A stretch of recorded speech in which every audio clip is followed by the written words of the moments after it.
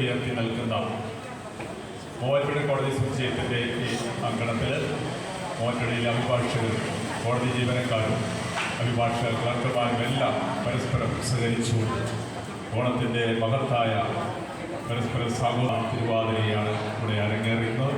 അതിനുള്ള എല്ലാ അഭിഭാഷക കോടതി ജീവനക്കാരും ക്ലർക്കുമാരും ഇവിടെ ഈ അങ്കണത്തിൽ അണിനിരന്നു കഴിഞ്ഞു.